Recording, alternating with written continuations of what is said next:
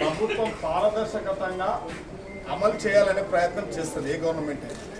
ఇలా రాష్ట్ర ముఖ్యమంత్రి వర్యులు పారదర్శకంగా ఈ యొక్క రుణమాఫీ చేయాలని చెప్పి వారు దృఢ సంకల్పంతోనే ఈ యొక్క కార్యక్రమం తీసుకోవడం జరిగింది. ఇందులో సాంకేతికంగా అక్కడక్కడ ఇబ్బందులు జరుగుతాయి. కార్యకర్తలకు కానీ ఎమ్మెల్యేలకు కానీ రాష్ట్ర ముఖ్యమంత్రి వర్యులు గల్లేసుకొని గల్లా ఎగిరేసి చెప్పొచ్చు.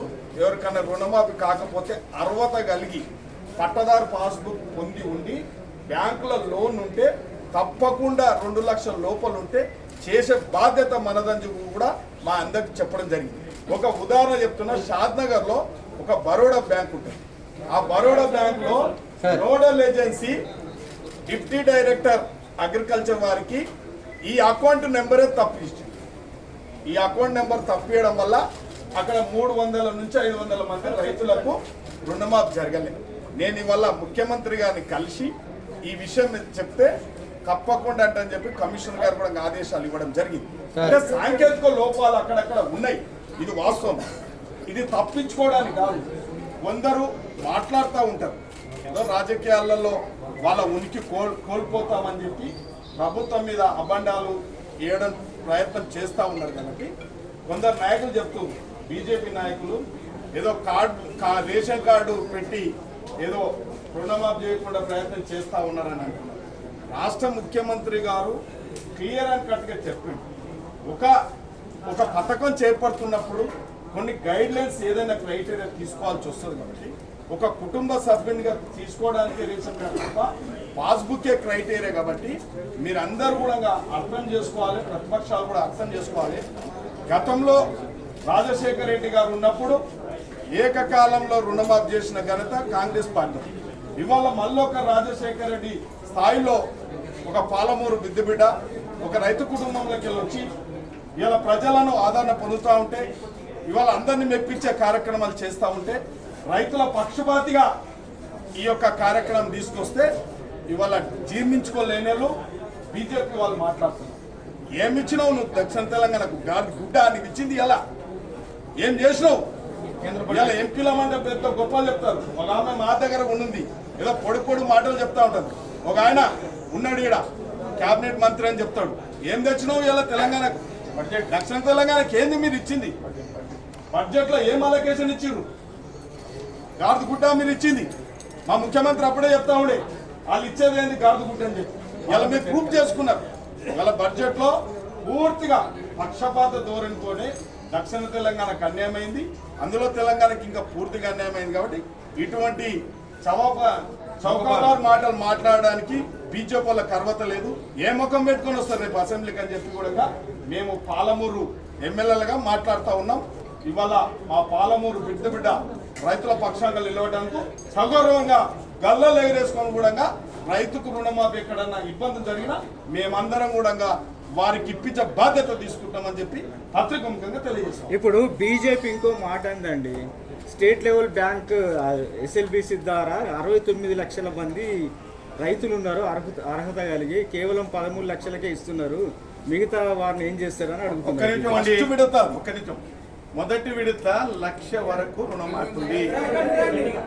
మొదటి విడత 1,00,000 రూపాయల వరకు రుణమాఫీ ఉంది. 1,10,10 రూపాయలు ఉన్నా, 1,01 రూపాయలు ఉన్నా రుణమాఫీ జరగదు. ఇది వాళ్ళకి తెలియక కొంతమంది రైతులు ఏమనుకుంటారంటే ఆ 1,00,000 రూపాయలు వాళ్ళు ఇప్పుడు దినాలుగా తీసుకున్న అమౌంట్ 90,000 ఉండొచ్చు, కానీ వాళ్ళ ఇంట్రెస్ట్ పెరిగి ఉంటుంది, అది 1,00,000 దాటి ఉంటుంది. వాళ్ళు ఏమనుకుంటారంటే 90,000కి ఎందుకు అయితే లేదు అనుకుని ఉంటారు. అందుకే ముఖ్యమంత్రి గారు ఏం చెప్పారంటే, మీరు బ్యాంకు వెళ్ళండి, మీ మేనేజర్ గారిని కలవండి, ఆ రుణమాఫీ ఎందుకు కాలేదో అని అడగండి, అక్కడ మొత్తం లెక్కలు ఉంటాయి కాబట్టి చెప్తారు. అదేవిధంగా ఇవాళ ఈ రాష్ట్ర ముఖ్యమంత్రి దేశంలోనే ఒక మోడల్ ముఖ్యమంత్రి కాబోతా ఉన్నారు. 31,000 కోట్ల రుణమాఫీ గత చరిత్రలో ఏ ముఖ్యమంత్రి చేయలేదు దేశంలో. గతంలో కూడా కాంగ్రెస్ పార్టీ రుణమాఫీ చేసింది. మా సోదరుడు చక్కరన్న చెప్పినట్టుగా 2006లో అప్పుడు ఉమ్మడి ఆంధ్రప్రదేశ్కు 13,000 కోట్ల రుణమాఫీ జరిగింది. ఇవాళ ఒక తెలంగాణ రాష్ట్రానికి 31,000 కోట్ల రుణమాఫీ జరుగుతూ ఉంది ఈ రోజు వరకు, అంటే ఇప్పుడు ఈ విడతలో. కాబట్టి 3 విడతలు ఉంటుంది. ఈ విడత 1,00,000 వరకు, రెండో విడత ఈ మంత్ ఎండింగ్ వరకు 1,50,000 లోపల. ఉదాహరణకు 1,51,000 ఉందనుకో, 1,50,000 వరకే ఉంటుంది. థర్డ్ విడత 2 లక్షల వరకు ఉంటుంది. కాబట్టి 3 విడతలుగా ఆగస్టు 15 నాటికి పూర్తి స్థాయిలో 2 లక్షల రూపాయల రుణమాఫీ కాబోతా ఉంది. ఈ ముఖ్యమంత్రి గారిని వాళ్ళ ఈ దేశంలో ఉన్న చాలా మంది ముఖ్యమంత్రులు ఓ మోడల్గా తీసుకోబోతా ఉన్నారు. తెలంగాణ మోడల్ కూడా నమస్కారాలు తెలియజేస్తా ఉన్నాము. మీరు డాక్టర్ వంశీకృష్ణ ఎమ్మెల్యే అచ్చంపేట, అదేవిధంగా షాద్నగర్ ఎమ్మెల్యే గారు శంకర్ గారు, నాగర్కర్నూలు ఎమ్మెల్యే గారు డాక్టర్ రాజేష్ రెడ్డి గారు, మరి వాళ్ళ ఇంతకుముందే భారతీయ జనతా పార్టీ ఎమ్మెల్యేలు ఒక కామెంట్ చేశారు.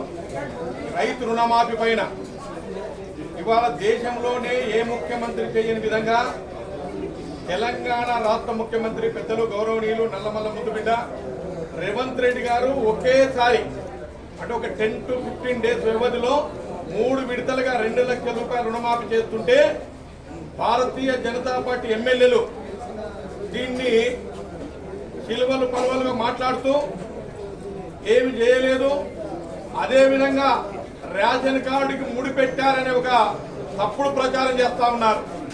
దీన్ని మేము పూర్తిగా ఖండిస్తా ఉన్నాం. గౌరవ ముఖ్యమంత్రి గారు పెద్దలు రేవంత్ రెడ్డి గారు, అదేవిధంగా రెవెన్యూ మినిస్టర్ గారు, ఫైనాన్స్ మినిస్టర్ గారు అందరూ కూడా ఇప్పటికే క్లారిఫికేషన్ ఇవ్వడం జరిగింది. రేషన్ కార్డుకి ఎలాంటి సంబంధం లేదు, పట్టాదారు పాసు పుస్తకానికే సంబంధం ఉంది. 2 లక్షల రూపాయల రుణమాఫీ 100కు 100% ఆగస్టు 15 నాటికి పూర్తి స్థాయిలో చేస్తామని చెప్పడం జరిగింది, మాట ఇవ్వడం జరిగింది, మాట నిలబెట్టుకుంటున్నారు ఈ రాష్ట్ర ముఖ్యమంత్రి పెద్దలు గౌరవనీయులు రేవంత్ రెడ్డి గారు. 2022 జూన్ 6 నాడు వరంగల్ రైతు డిక్లరేషన్ లో మాట చెప్పాం. ఎవరో భావి భారత ప్రధానమంత్రి అయినటువంటి మాజీ ఏఐసిసి అధ్యక్షులు రాహుల్ గాంధీ గారు మాట ఇచ్చారు. వారి మాట నిలబెట్టిన ఘనత ఈ రాష్ట్ర ముఖ్యమంత్రి పెద్దలు రేవంత్ రెడ్డి గారికి దక్కింది. ఇది చూసి బెంబెలెత్తి కాంగ్రెస్ పార్టీకి వస్తున్నటువంటి ఆదరణ చూసి ఓర్వలేక బీజేపీ నాయకులు ఇవాళ తప్పుడు ప్రచారం చేస్తా ఉన్నారు. ఇది 100కు 100% తప్పని మేము ఖండిస్తా ఉన్నాం. ఇంకొక మాట కూడా చెప్పారు ముఖ్యమంత్రి గారు, ఎవరికైనా అర్హత ఉండి, అర్హత అంటే 2018 డిసెంబర్ 12 నుంచి 2023 డిసెంబర్ 9వ తారీఖు వరకు తీసుకున్న రుణాలు 2 లక్షల రూపాయల వరకు 100కు 100% మాఫ్ చేస్తామని చెప్పారు. కాబట్టి కాంగ్రెస్ పార్టీ నినాదం మాట తప్పేది లేదు, మడమ తిప్పేది లేదు. ఇది కాంగ్రెస్ పార్టీ నినాదం, పెద్దలు రేవంత్ రెడ్డి గారి నినాదం. కాబట్టి ఇవాళ నేను బీజేపీ నాయకులు కానీ బీఆర్ఎస్ నాయకులు కానీ నేను ఒకటే విజ్ఞప్తి చేస్తా ఉన్నాను. ఇది బీజేపీ నాయకులకు సూటి ప్రశ్న వేస్తా ఉన్నాను. గత 10 సంవత్సరాల్లో గత ముఖ్యమంత్రి కేసీఆర్ గారు 1,00,000 రూపాయల వరకు రుణమాఫీ చేస్తారని చెప్పిండు. ఎన్నడన్నా మీరు గత ముఖ్యమంత్రిని క్వశ్చన్ చేశారా? మీ మనస్సాక్షికి చెప్పండి, మీ గుండె మీద చేసేసుకొని చెప్పండి. 10 సంవత్సరాలు ఏం చేశారు మీరు? మరి గతంలో ముఖ్యమంత్రి మాట ఇచ్చిండు అని మాట తప్పిండు. ఆ ముఖ్యమంత్రిని ఏం అడగలే. ఇవాళ మా ముఖ్యమంత్రి గారు మాట ఇచ్చి మాట నిలబెట్టుకుంటా ఉంటే మీకు ఎక్కడ లేని బాధ కలుగుతా ఉంది. ఎందుకు బాధ కలుగుతుంది? ఈ రాష్ట్రంలో కాంగ్రెస్ పార్టీకి ఆదరణ పెరుగుతుంది కాబట్టి ఆ ఆదరణ చూసి ఓర్వలేకనే తప్పుడు ప్రచారం చేస్తా ఉన్నారు. ఇది మంచిది కాదు. కావాలంటే మీరు సూచనలు చేయండి, తీసుకోవడానికి ప్రభుత్వం సిద్ధంగా ఉంది.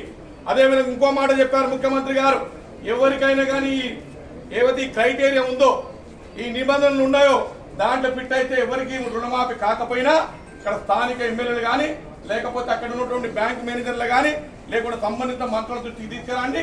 100కు 100% ముఖ్యమంత్రి చెప్పినట్టుగా తప్పకుండా రుణమాఫీ జరుగుతుంది. ఆ సలహాలు ఇవ్వాల్సిన పోయి ఇవాళ తప్పుడు ప్రచారం చేస్తా ఉన్నారు. ఏమని? రేషన్ కార్డు ఉంటేనే రుణమాఫీ అవుతుందని.